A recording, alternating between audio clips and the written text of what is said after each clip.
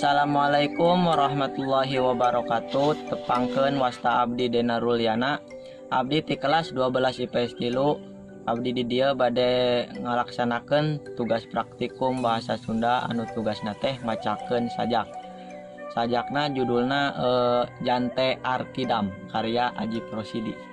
Sajak Sunda Jante Arkidam karya Aji Prosidi.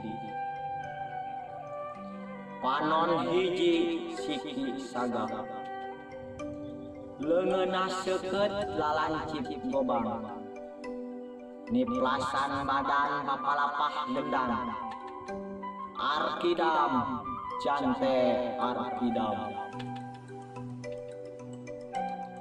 di pangaduan di kalangan ronggeng ngan hiji jagoan Arkidam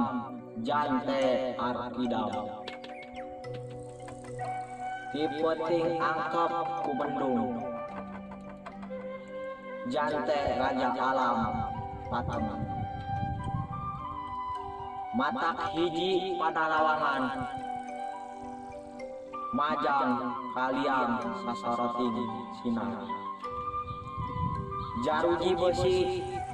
pagede nilai kuramona dipeting ngalanding wengi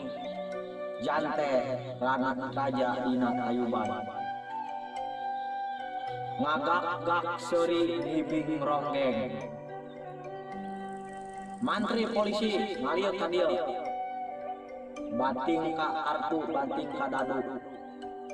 wadana ulah nembutan di dinya urang ngibing jeung kaula Jante Arkidam silih tetep wandana jeung mantri polisi Jante Arkidam ngabongkar pak gede peuting tadi ayeuna mangkalna dina dinut Tayuban nya kaula Jante Arkidam sing saha nu wani maju rek diterbas leungeunna ku lancip pedang nah heup sapang ngalonjang nangkepkeun Jante nu matana ngabang muara kunaon netep kaula teruskeun ngibing peuting nyelewek beak rame deui di kalangan rame deui pangaduan Jante masih ngibing nyolepang salandang nguyuk arek solaki kasalapan likur waktu berem datang Jante ngagoler diburu ku mantri polisi Jante Arkidam nusa kambangan ngagisik hayang sidik Jante mencong mantri polisi ki mantri tindakan andika lelewa bikang ngabongkang jama keur tibra Arkidam ditalangkung leungeunna dua sorot matana ngentap seuneun samemeh beak poe kahiji Jante minggat minta cahaya keluar ti panjara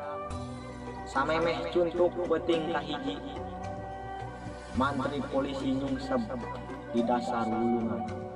teu nyawa saha nu jago nungtut bela datang mengkala kaula nyampeun mung sakitu pembacaan sajak ti abdi kurang lebihna mohon maaf ditutup wabillahi taufik wal hidayah wassalamualaikum warahmatullahi wabarakatuh.